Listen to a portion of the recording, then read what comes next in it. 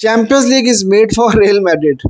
Real Madrid कोई ना कोई रास्ता निकाल लेती है मैच जीतने का और ये कंपटीशन जीतने का।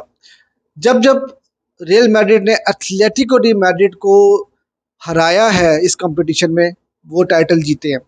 और अब देखते हैं कि इस सीजन क्या होता है, क्योंकि मैं तो हमेशा ये बात कहता हूँ कि ये कंपटीशन ऐसा कंपटीशन है जहां पर आप रियल मैड्रिड को रूल आउट नहीं कर सकते जब तक वो ऑफिशियली नॉकआउट ना हो जाए। 120 मिनट तक जंग चलती रही। 28 सेकंड के अंदर एथलेटिको मैड्रिड ने गोल स्कोर किया और उसके बाद 120 मिनट तक आप ये कह सकते हो कि एथलेटिको मैड्रिड ने रियल मैड्रिड को डोमिनेट किया।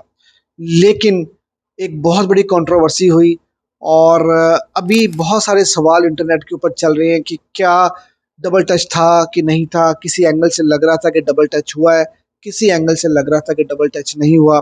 और उसके बाद क्या वार को इंटरवीन करना चाहिए था, नहीं करना चाहिए था, क्या अगर वार ने इंटरवीन किया तो पेनल्टी रीटेक होनी चाहिए थी कि नहीं होनी चाहिए थी।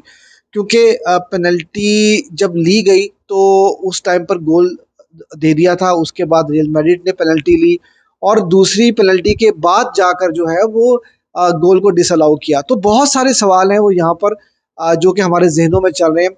रूल्स बुक में क्या कुछ है वो मुझे ऑनेस्टली नहीं पता, क्योंकि मेरे ख्याल से ये हिस्ट्री में शायद फर्स्ट टाइम ऐसा हुआ है जब से वार आया है। तो उसके बारे में मुझे नहीं पता, लेकिन ये है कि भाई at the end of the day real Madrid ने एक दफ़ा फिर से एथलेटिको मैड्रिड के दिल तोड़ दिए। और लग यही रहा है कि रियल मैड्रिड जो है ये कंपटीशन इस बार फिर से जीत जाएगी। देखो पिछले 5-7 सीजन से यही होता आ रहा है कि रियल मैड्रिड इतनी अच्छी फुटबॉल नहीं खेल रही होती, लेकिन उनकी लक उनके साथ रहती है, वो कोई ना कोई रास्ता निकाल लेते हैं इस कंपटीशन को जीतने का। और champions league is made for real Madrid.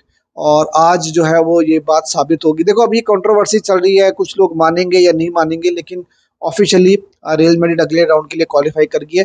यहाँ पर जो एक चीज एक बात मैं जरूर कहना चाहूंगा कि देखो यार, आप डर्बी जब खेलते हो ना तो वहां पे माहौल बड़ा गर्म होता है और फैंस आपके अगेंस्ट चैंट्स भी करते हैं, सब कुछ होता है। अभी जब बारसा ने भी अगेंस्ट रियल मैड्रिड खेला था तो वहां पर रेशियल अब्यूज लामिन यमाल को भी हुई, लेकिन कोई इतनी ज्यादा कंट्रोवर्सी लामिन यमाल ने भी नहीं बनाई और सब चीजें मूव ऑन हो गई।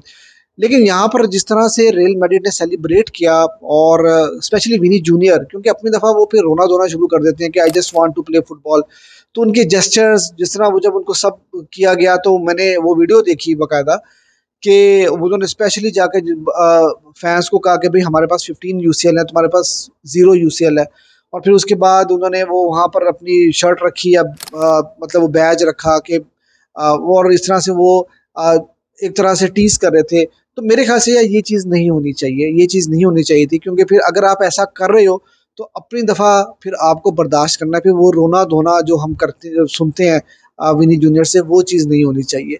तो खैर रियल मैड्रिड अगले राउंड के लिए क्वालिफाई कर चुकी है और एथलेटिको मैड्रिड के दिल जो है वो फिर से टूट चुके हैं। विनी जूनियर ने इस मैच के अंदर पेनल्टी भी मिस की थी। अगर वो पेनल्टी गोल स्कोर कर देते उस पेनल्टी के ऊपर तो मेरे ख्याल से एथलेटिको मैड्रिड के दिल ना उस तरह से ना टूटते जिस तरह से अब टूटे हैं, क्योंकि यहाँ पर एक गोल जो हो चुका है उसको डिसअलाउ किया बाद में। तो ये वाली चीज़ जो है ना मेरे ख्याल से एथलेटिको मैड्रिड फैंस को ज़्यादा आसानी से हजम नहीं होगी। तो खैर यार, अब ब्रैकेट जो है वो हमारे सामने क्लियर है। अगले राउंड में कौन सी टीम किसके अगेंस्ट खेलेगी, तो पहले हम बात कर लेते हैं आर्सेनल और पीएसवी की गेम के बारे में। तो आर्सेनल और पीएसवी का गेम बेसिकली वो फर्स्ट लेग में ही किल कर दिया था आर्सेनल ने, उन्होंने बड़े मार्जिन के साथ पीएसवी को हरा दिया था। सेकंड लेग में 2-2 ये गेम फिनिश हुआ और आर्सेनल का मैच होगा अब रियल मैड्रिड के साथ। उसके बाद एथलेटिको और रियल मैड्रिड के बारे में तो सारी स्टोरी मैंने आपको बता ही दी है कि एक पेनल्टी मिस की विनी जूनियर ने, 28 सेकंड के अंदर गोल स्कोर कर दिया था एथलेटिको ने। और उसके बाद से वो जुलियन अल्वारेस की पेनल्टी का एक इंसिडेंट ऐसा हुआ जो काफ़ी कंट्रोवर्शियल तो है, लेकिन जो भी है भाई ऑफिशियली वो रियल मैड्रिड अगले राउंड के लिए क्वालिफाई कर चुकी है। एस्टन विला ने क्लब ब्रूज को फिर से सेकंड लेग में 3-0 के साथ हरा दिया। फर्स्ट लेग में वो 3-1 से जीते थे और एस्टन विला ने जो है वो क्वालिफाई कर लिया है क्वार्टर फाइनल्स के लिए। और अब उनका मैच होगा पीएसजी के साथ। और फिर उसके बाद डॉर्टमंड और लील का गेम। देखो यार, डॉर्टमुंड ने जो है वो लिल को 2-1 से हरा दिया और बार्सिलोना अब खेलेगी अगेंस्ट डॉर्टमुंड। तो अब एक सिनेरियो क्लियर हो चुका है, पिक्चर क्लियर हो चुकी है। और यहाँ पर दो ऐसी प्रिडिक्शंस हैं जो कि मेरी गलत साबित हुई हैं। वो मैं आपको बताता हूँ कि मैंने कहा था कि लिवरपूल अगले राउंड के लिए क्वालिफाई करेगी, लेकिन पीएसजी ने उनको नॉकआउट कर दिया। वो थोड़ा सरप्राइजिंग भी था, लेकिन जो भी है, पीएसजी अगले राउंड के लिए चली गई है। उसके बाद मैंने लिल को फेवर की थी और मैंने कहा था कि लिल जो है वो डॉर्टमुंड को हराएगी। लेकिन डॉर्टमुंड ने लिल को हरा दिया और बार्सिलोना वर्सेस डॉर्टमुंड हमें क्वार्टर फाइनल्स में देखने को मिलेगा। तो अभी बहुत ही एक्साइटिंग फिक्चर्स जो हैं वो आने वाले हैं चैंपियंस लीग में। लेकिन फिर वही बात है कि मुझे ये लगता है कि जिस तरह से रियल मैड्रिड की लक उनका साथ देती है इस कंपटीशन में, तो मुझे यही लग रहा है कि इस कंपटीशन में रियल मैड्रिड इस बार फिर से ट्रॉफी जो है वो उठाकर लेके जाएगी।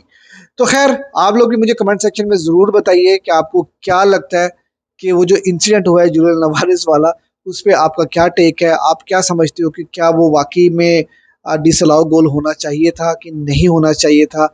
और आपको क्या लगता है कि अगले राउंड में जो गेम्स आने वाली है, वहाँ पर कौन-सी टीम जो है वो सेमीफाइनल्स के लिए क्वालीफाई करती हुई नज़र आ रही है? मुझे ऐसा लगता है कि हो सकता है इस बार हमें अल क्लासिको फाइनल जो है वो देखने को मिले, या मोस्ट प्रोबेबली ऐसा भी हो सकता है, क्योंकि मुझे लगता है कि इस ब्रैकेट में अब रियल मैड्रिड को रोकना बहुत ही ज़्यादा मुश्किल होगा। वो आर्सेनल के अगेंस्ट खेलेंगे। आर्सेनल आपको पता है कि काफ़ी बॉटल-वॉटल करती रहती है। अब पीएसजी में क्या इतना दम है कि वो उनको हरा सकेगी? Let's see. तो मुझे इस साइड ऑफ ब्रैकेट से रियल मैड्रिड क्वालीफाई करती नज़र आ रही है। बार्सा डॉर्टमुंड को तो हरा देगी, लेकिन बार्सा को सेमीफाइनल में बायर्न और इंटर मिलान के अगेंस्ट, दोनों में से किसी एक टीम के अगेंस्ट खेलना होगा। तो वो काफ़ी ट्रिकी फिक्चर होगा, वो एक मुश्किल फिक्चर होगा बार्सा के लिए। तो देखते हैं भाई कि क्या होता है और क्या अल क्लासिको फाइनल होगा या नहीं होगा, और क्या जो रियल मैड्रिड की डोमिनेशन है वो बार्सिलोना ख़त्म कर पाएगी कि नहीं कर पाएगी, या फिर से रियल मैड्रिड जो है वो 16th टाइम यूसीएल चैंपियन बनेगी। तो आप भी मुझे कमेंट सेक्शन में ज़रूर बताइएगा। और अगर अभी अभी तक आपने मेरे चैनल को सब्सक्राइब नहीं किया तो मेरे चैनल को सब्सक्राइब कर लीजिएगा।